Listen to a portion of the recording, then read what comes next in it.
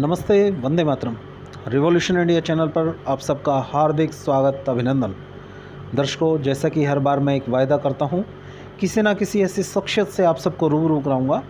और आज के हमारे ख़ास और विशेष मेहमान, आज चार्टर्ड अकाउंटेंट डे है। पूरे भारतवर्ष में चार्टर्ड अकाउंटेंट दिवस मनाया जा रहा है, और जिसमें वित्तीय सलाहकार के रूप में वाणिज्य सलाहकार, जिसको हम बोलते हैं, वाणिज्य सलाहकार दिवस के रूप में पूरे भारतवर्ष में चार्टर्ड अकाउंटेंट इस दिवस को मनाते हैं। और जो व्यक्ति बिज़नेस करते हैं, चाहे कोई सर्विस में है, हर व्यक्ति को इस वाणिज्य सलाह की आवश्यकता रहती है। और आज के हमारे ख़ास मेहमान श्रीमान योगेश शर्मा जी, आप एडवोकेट भी हैं और chartered accountant final year student भी हैं।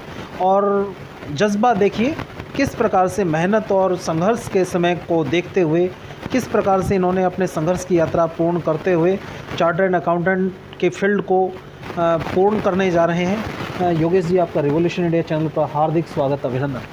धन्यवाद जी, नमस्कार सभी दर्शकों को और आपको धन्यवाद। दर्शकों, विशेष बात क्या है, वास्तव में योगेश जी ग्रामीण परिवेश से निकलते हुए, ज़मीन से उठे हुए व्यक्ति और विभिन्न परिस्थितियों का कठिन से कठिन परिस्थितियों का सामना करते हुए, और इस प्रकार की प्रतिभावान व्यक्ति जो आज जगह जगह वाणिज्य सलाहकार के रूप में काम कर रहे हैं। योगेश जी, जानना चाहते हैं, जो हज़ारों लाखों युवा आपको आज देख रहे हैं चैनल के माध्यम से, किस प्रकार से आपकी जो चार्टर्ड अकाउंटेंट की यात्रा कब और कैसे शुरू हुई, और थोड़ा संघर्ष के बारे में आप बताएं, ताकि जो युवा आपको देख रहे हैं वो कभी जीवन में हताश निराश ना हो। परिस्थितियाँ कभी भी एक समान नहीं होती, और संघर्षों से जीतने का नाम ही ज़िंदगी है।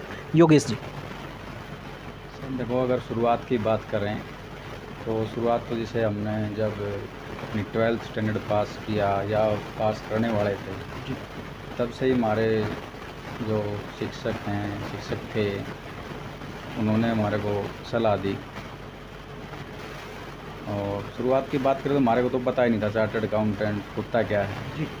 तो सब ऐसा ही है, सबके साथ ऐसा ही है कि शिक्षक ही बताता है। शिक्षक सबसे बड़ा मतलब रास्ता दिखाने वाला शिक्षक ही है जी। तो उन्होंने सलाह दी हमारे को, हमारे फिर उस फील्ड में हमने थोड़ा सा सोचा, रुचि करी, दिखाया, इंटरेस्ट था जी, पढ़ाई में इंटरेस्ट था, तो कुछ करने की इच्छा थी जी, जुनून था जी। तो फिर उसी फील्ड में चलते हुए हम आगे बढ़े और पढ़ाई भी शुरू करी जी। अब घर देखो, अगर मान लो शुरुआत की बात करें, देखो घर से तो कोई घर वाले तो ऐजे अनपढ़ ही हैं जी, तो उनको तो पता ही नहीं जी चार्टर्ड अकाउंटेंट क्या होता है। हमने तो जो बोला, जो शिक्षक ने बोला, हमने भी आँख मीच पे विश्वास किया, और विश्वास किया तो आज हम कहीं ना कहीं ठीक जगह पे पहुंच भी गए जी। जी, शुरुआत होगी वहाँ से जी। उसके बाद तो देखो, संघर्ष तो जीवन में है ही। संघर्ष की बात करें तो जीवन है ही संघर्ष। क्या बात। और बात ये है कि जैसे मान लो चार्टर्ड अकाउंटेंट की, तो ये थोड़ा सा हमारी स्टडी की बात करें, पढ़ाई की बात करें, शुरुआत में कुछ ज्ञान भी नहीं होता, पता भी नहीं होता, सोर्सेज कम होते हैं जी, तो संघर्ष डबल हो जाता है जी। दूसरा रह गया अपॉर्चुनिटी पे डिपेंड है जी। अब अपॉर्चुनिटी अपनी अपनी किस्मत की है अपॉर्चुनिटी, या तो बाकी ये है कि अपॉर्चुनिटी तो बदल जाती हैं अगर आप में जुनून है तो। क्या बात है, क्या बात। ठीक है ना। तो हमारे साथ भी काफ़ी समस्याएं रही, अपॉर्चुनिटी की भी कमी रही, संघर्ष भी काफ़ी रहा, लेकिन यही है कि कभी पीछे मुड़ के नहीं देखा, थके नहीं जी। करना है तो करना ही है जी। पढ़ना है तो पढ़ना है, काम भी करना है जी। काम भी करा, पढ़े भी, आपको पता ही है जैसे जी, पढ़े भी, सीखा भी, उसके बाद जॉब में भी गए, जॉब भी करी, स्टडी भी शुरू रखी, चालू रखी जी।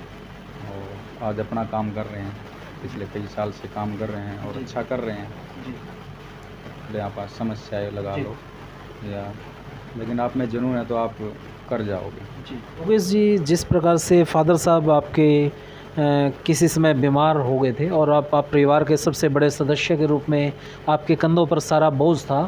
आप बड़े, मैंने नज़दीक से आपको देखा है, गांव रामराय से आप चल के जींद आते, चार्टर्ड अकाउंटेंट के पास रहते हो, वहाँ से काम सीखा और वहाँ रहते रहते एक जुनून आपने अपने अंदर पैदा किया कि मैं भी चार्टर्ड अकाउंटेंट कर सकता हूँ। लोग नहीं जानते, दर्शक नहीं जानते, ये विषय मैं साझा करना इसलिए अति आवश्यक है कि वास्तव में समस्याएं आदमी को लक्ष्य से बाधित नहीं कर सकती। तो योगेश जी किस प्रकार से वो जुनून, जज्बा, पेरेंट्स, फादर साहब बीमार थे, मदर की सपोर्ट थी, तो कैसे अपने आप को उस काबिल बनाया कि आज एक अच्छे मुकाम पर आप मौजूद हैं और आपका अच्छा एक काम वाणिज्य सलाहकार के रूप में आप जींद में अपनी सेवाएं दे रहे हैं, उसके बारे में बताइए योगेश। हाँ, मैं बता दूं आपको। देखो, फादर साहब मेरे बीमार नहीं थे, मेरे फादर साहब एक्सीडेंट हो गए थे जी। ये है 12 अगस्त 2008 की रात की बात है। तो एक्सीडेंट, मेरे फादर साहब ड्राइवर थे जी। और वो एक्सीडेंट हो गए। पर मिल प्लांट का हमारा मतलब गाड़ी चलती थी जी। तो 12/8 को लगा लो एक्सीडेंट हो गए। तो उसके बाद तो फिर संघर्ष ही रहा। क्या उसके बाद तो मतलब समस्याओं का पहाड़ ही आ गया एक किस्म से। हाँ, तो देखा जाए ठीक तो बात। क्योंकि देखो उसमें आपकी एज क्या थी जब ये स्थिति पैदा हुई? हाँ, मेरी एज ये थी, अपनी 17 ईयर एज थी। बिल्कुल। +2 पास ही करी थी मैंने। जी जी और सीए को लगा लो तब तक सीए ज्वाइन ही करा था, जी एंट्रांस हुआ था मेरा। जी उसके बाद हमारे को सीए के पास आर्टिकल सीख के लिए जाना होता है। जी। तो वो टाइम केवल हमारा ही होता है। हाँ लेकिन वो टाइम फादर साहब के एक्सीडेंट के बाद मैं दे ही नहीं पाया अपने आप को। तो हाँ, ना पढ़ाई को दे पाए, ना आर्टिकलशिप में हमारे को ट्रेनिंग करनी होती है, प्रैक्टिकल सीखना होता है जी सीए ऑफिस में जाके। जी जी तो करा तो सब कुछ, जी। लेकिन बहुत मतलब कठिनाई के दौर से कठिनाइयों के। हाँ, क्योंकि देखो फादर साहब ही, उनको संभालना भी आती है। हाँ, घर फादर साहब संभाल रहे थे, फाइनेंशियली जी। वही संभाल रहे थे। और मेरी तो मान लो एज ही 17 ईयर बता रहा हूँ आपको। जी, जी। तो मेरे को तो कुछ बाहर की नॉलेज भी नहीं थी। बिल्कुल बिल्कुल। मैं तो +2 पास करके ही निकला था स्कूल से। जी जी तो फिर सारा बोझ अपने पे आ गया। जी करा भी, वो सहन भी करा, सीखे भी वो। जी। करते करते सीखते सीखते और बड़े हो गए जी जी। और पढ़ाई भी पूरी कर रही हाँ और काम भी शुरू करा, जॉब भी करी साथ में। मतलब जुनून था जी भाई, करना है कुछ। कुछ लगा लो आप, कुछ भी लगा लो, उस चीज़ को जुनून था, मजबूरी थी। जी जी क्योंकि फादर साहब 2008 के बाद लगभग 2013-14 तक बेड पे रहे। जी तो इन बिटवीन लगा लो 5 से 6 साल मेरा तो टर्म ही निकल गया पढ़ाई का। तो जी जी। अगर बात देखी जाए तो जी। वही 6 से 7 साल, 5 साल पढ़ने के होते हैं हाँ हाँ +2 के बाद। जी चलो, अपॉर्चुनिटी नहीं मिली, हाँ हमें करना था तो मैं कर दिया जो भी है। जो मतलब शायद जो सोचा था वो नहीं कर पाए होंगे, हाँ हाँ लेकिन जो चलो कर दिया। हमने अपनी कसर नहीं छोड़ी, हमने मेहनत में हमने जो मतलब अपना प्रयास था वो फुल करा। जी बात रहेगी जी स्पोर्ट की। देखो, अब फादर साहब के यहाँ से तो स्पोर्ट ख़त्म ही हो गया था। हाँ हाँ उसके बाद तो जैसे मेरी मदर अभी भी जॉब पे हैं। अच्छा। वो है तो मतलब एक डीसी रेट की जॉब बोल सकते हैं, जी। टेम्परेरी जॉब है, ज़्यादा बड़ी जॉब नहीं है। जी और उस टाइम भी बड़ी नहीं थी, अब तो हाँ। फिर भी कहीं ना कहीं हम सोच सकते हैं कुछ भाई कुछ अमाउंट मिल जाता है। जी जी जी लेकिन वहाँ तो उस टाइम तो एक नॉमिनल सा अमाउंट था। आज से लगा लो 12 से 13 साल पुरानी बात है, जी। 2008 की बात करें तो उस टाइम तो एक नॉमिनल सा अमाउंट वहाँ मिलता था, जी। उसी में गुजारा करते थे। और पढ़ाई के खर्चे थे, उसी में से खर्चे निकालने थे, उसी में से फादर की दवाइयाँ का खर्चा निकालना है। परिवार, बहनों का खर्चा। हाँ हाँ, मेरी 2 सिस्टर हैं। जी एक सिस्टर की शादी तो मान लो 2008 में फादर साहब के एक्सीडेंट होने से पहले ही वो शादी कर दी थी उनकी। जी लेकिन सेकंड सिस्टर थी जो मेरे से छोटी थी, उसकी शादी मान लो मैंने 2018 में करी। जी। तो सारी जिम्मेवारियाँ हाँ, योगेश हाँ, जी ने हाँ। निभाई हैं। बिल्कुल बिल्कुल, देखो सारे ही क्या करी बात हैं। क्या बहुत बड़ी बात है योगेश जी। हाँ। वास्तव में प्रेरणादायक, इंस्पायरेशनल युवाओं के लिए है। आज का जो वाणिज्य सलाहकार दिवस, जो चार्टर्ड अकाउंटेंट डे सेलिब्रेट कर रहे हैं, मैंने सोचा क्यों ना एक ऐसे युवा प्रतिभावान उभरते हुए सीए के साथ हम आज इस दिन को सेलिब्रेट करें। इसी उद्देश्य को लेकर मैं योगेश जी के कार्यालय में पहुंचा। योगेश जी, पहले के समय और वर्तमान समय में सीए के जो काम है उसके बदलाव में क्या कुछ आप बदलाव वर्तमान स्थिति में आप देख रहे हैं? क्या आज के समय में काम में की अधिकता है, टाइम बाउंड है? किस प्रकार से सीए का काम आप कितना कठिन आप और किस प्रकार से थका देने वाला महसूस करते हैं? हाँ, देखो, मान लो जैसे पहले जो गवर्नमेंट थी या जैसे अभी बीजेपी गवर्नमेंट चल रही है, तो पहले वाले काम में तो बहुत डिफरेंसेस हो गए हैं। पहले तो मोस्टली काम जैसे हमने जब शुरुआत करी 2008 में जी सीए में, तो उस टाइम सारा ही काम मैनुअल था। जी हमने सारा काम मैनुअल सीखा। जी उसके बाद करते करते 2012-13 में आ गए तो कुछ ऑनलाइन हो गया, जी इनकम टैक्स वगैरह, तो जी। फिर ऑनलाइन सीखा। हाँ। अब की बात करें तो ये लगा लो, अब तो फुल ही ऑनलाइन है, सब ऑनलाइन है।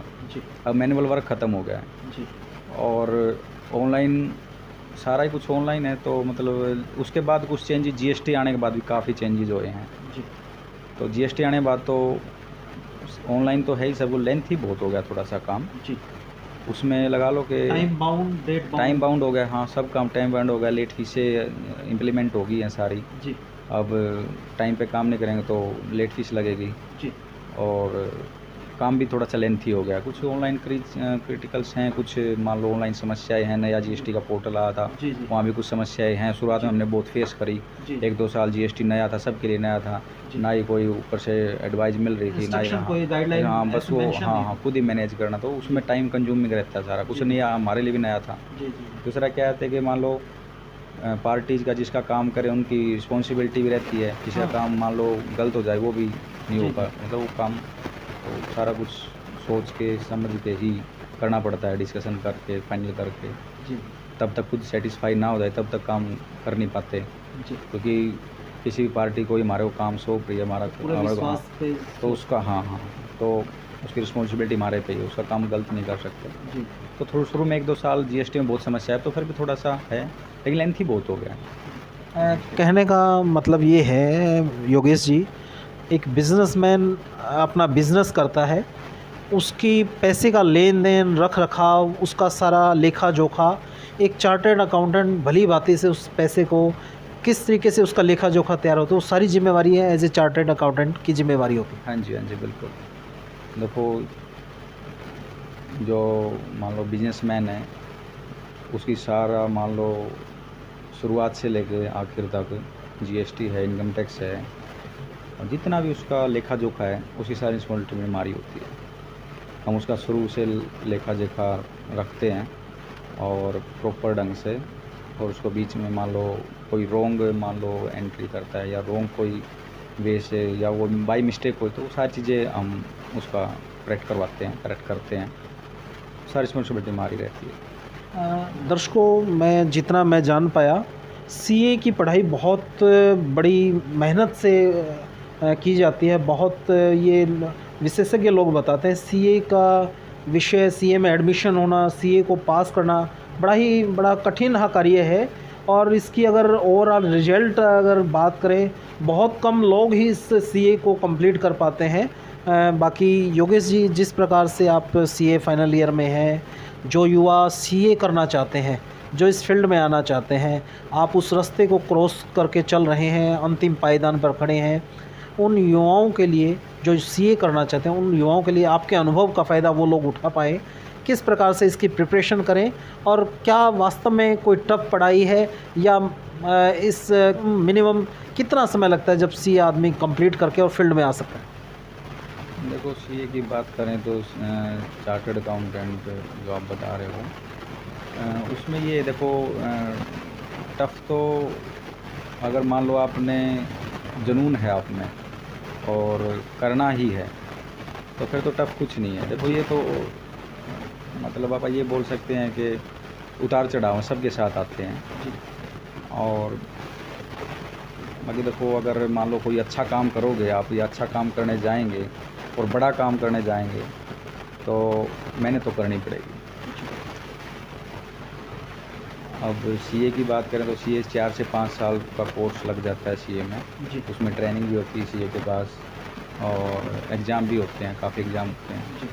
और सबसे बड़ी बात ये है कि टफ आप इसलिए बोल सकते हैं कि सीए में पास होने के लिए कोई अलग और तरीका नहीं है जी पास होने के लिए जी और सीए करने के लिए। जी। केवल राइट वे है, जी और वो राइट वे मेहनत का ही है। मेहनत करोगे आप तो सीए आराम से कर जाओगे। जी जैसे अदर कोर्सेज में आप देख लेते हैं, अदर यूनिवर्सिटी में कहीं जी। पे जाके कोई सेटिंग कर ली या कोई मतलब ऑप्शन अलग अदर हो अलग जाती ऑप्शन है हो जाता है, लोगों आधा के निकल पास। जाता है, हाँ। जी तो वो चीज़ें नहीं हैं, इसलिए ही सीए को आप टफ बोल सकते हैं। जी हाँ, ये है कि पढ़ाई लेंथी है और पढ़ाई तो करनी पड़ेगी, मेहनत करोगे तो आप कर भी पाओगे।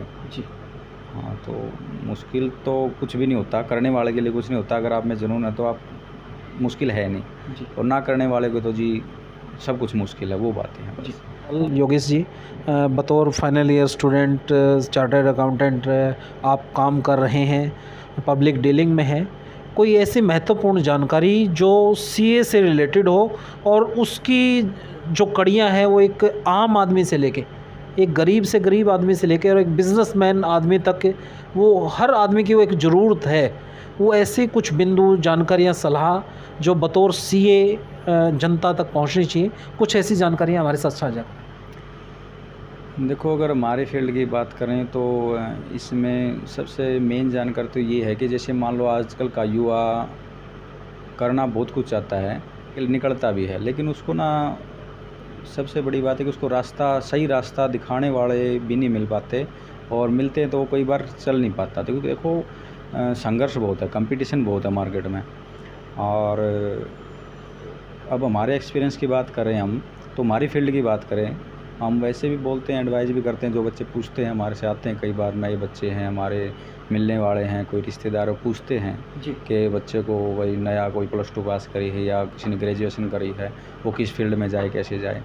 तो उसका हमारा एक ही जवाब रहता है कि अगर मान लो इस फील्ड में, हमारी फील्ड में आप आते हो और खुदा ना खास्ता आप मान लो सीए नहीं बन पाते, जैसे हमारा सीए नहीं बन पाते, सीएस नहीं बन पाते, कई कोर्सेज हैं, जी अगर कर नहीं पाते तो, लेकिन इतना ज़रूर है कि आप इस फील्ड में आने के बाद आप इतनी मेहनत करना सीख जाओगे, इतनी मेहनत करने के आदी हो जाओगे कि आप अपना घर अपना परिवार आराम से गुजारा कर सकता है। जी हमारी फील्ड की ये सबसे बड़ी खासियत है। अगर मेहनती है कोई जी और मान लो किसी ने सीए ज्वाइन कर ली और सीए पूरी कर भी नहीं पाया, जी तो लेकिन अगर वो आप भी कर पाता है जी तो वो इस लेवल पे पहुंच जाएगा कि वो अच्छा खा कमा लेगा अपने, जी कहीं भी जॉब में भी जाके खा कमा सकता है, या जैसे प्रैक्टिस भी कर सकता है, या किसी के साथ मिलके अपना कोई बिजनेस भी स्टार्ट कर सकता है। जी तो उसकी नॉलेज इतनी हो जाती है, वो नॉलेज हो जाती है, मेहनत करने की आदत हो जाती है। ये दो ही चीज़ है, सक्सेस का मूल मंत्र यही है कि आपको मेहनत करने का जुनून होना चाहिए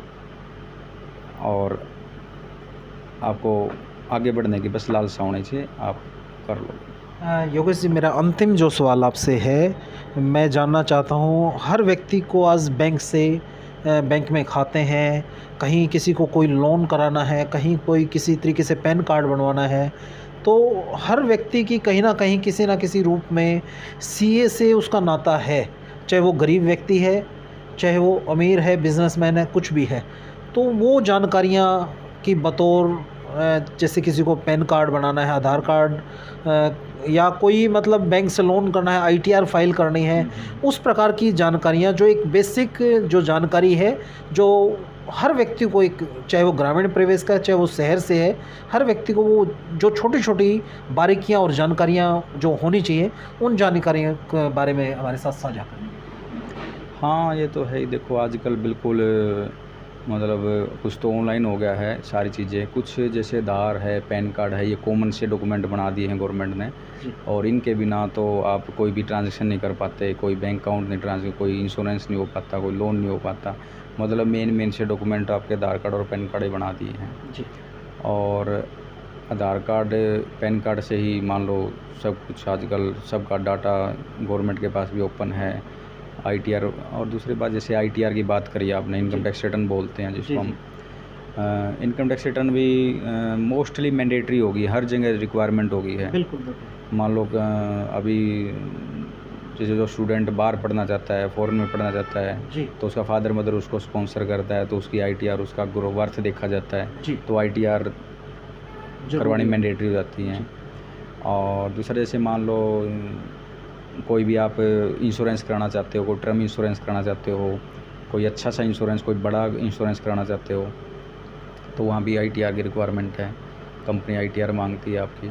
कोई लोन लेना चाहते हो, गाड़ी का लोन लेना है, गाड़ी फाइनेंस करानी है, कोई और अदर होम लोन लेना है, सब जगह ITR की ज़रूरत है। ITR तो एक मैंडेटरी सा डॉक्यूमेंट वो होगा। बिना हाँ सीए की मदद के संभव हाँ नहीं हाँ हाँ, वो टैक्स कंसल्टेंट के बिना तो वो बन ही नहीं पाएगा वो तो। है। जी और उसकी रिक्वायरमेंट सब जगह है और सबसे बड़ा फ़ायदा ये है कि उसका आपकी एक नंबर की इनकम भी शो होगी गवर्नमेंट को। कल आप मान लो कोई प्लॉट लेना चाहते हैं, कोई प्रॉपर्टी में इन्वेस्टमेंट करना चाहते हैं, तो वो आपको आपकी जो कैप आपने पूंजी लगाओगे या इन्वेस्टमेंट करोगे तो उसका वो सपोर्ट करेगी कि आपके वो पास आप ITR पिछले 2-4 साल 10 साल से भर रहे हैं, तो आप परमानेंट SSC हैं, आप पिछले 5-7 साल से कमा रहे हैं, तो उसका प्रूफ है वो। जी योगेश जी, आपने अपना कीमती समय दिया, इसके लिए आपका हृदय से आभार। और दर्शकों को इसी सोच और इसी विचार के साथ छोड़े चलता हूँ। निश्चित तौर पर हर व्यक्ति किसी न किसी तरीके से अपना जीवन परिवार का लालन पालन कर रहा है, और गरीब से गरीब व्यक्ति और अमीर से अमीर बिजनेसमैन, हर व्यक्ति की एक ज़रूरत है वाणिज्य सलाहकार, जिसको हम बोल सकते हैं चार्टर्ड अकाउंटेंट। और उसके बगैर आप किसी भी प्रकार से पैसे का सही से लेखा जोखा, उसका सही से ब्यौरा आप नहीं खुद मेंटेन कर सकते। तो इस प्रकार की ज़रूरतें हर व्यक्ति को कभी ना कभी जीवन में कहीं ना कहीं पड़ती है। तो क्योंकि जिस प्रकार का चेहरा योगेश जी का है, इन्होंने वास्तव में संघर्ष का जीवन जिया, और संघर्ष के रास्ते पर चलते हुए इन्होंने जैसा बताया कि सफलता का और कोई दूसरा शॉर्टकट नहीं है, सिर्फ मेहनत ही है। चाहे वो आप किसी भी फील्ड में उस विषय पर आप काम कर रहे हैं, दिन रात मेहनत कीजिए और सफलता निश्चित तौर पर आपके कदमों में होगी। देखते रहिए रिवॉल्यूशन इंडिया। फिर किसी अन्य दिन किसी अन्य शख्स से मुलाकात करेंगे। जय हिंद, जय भारत, वंदे मातरम।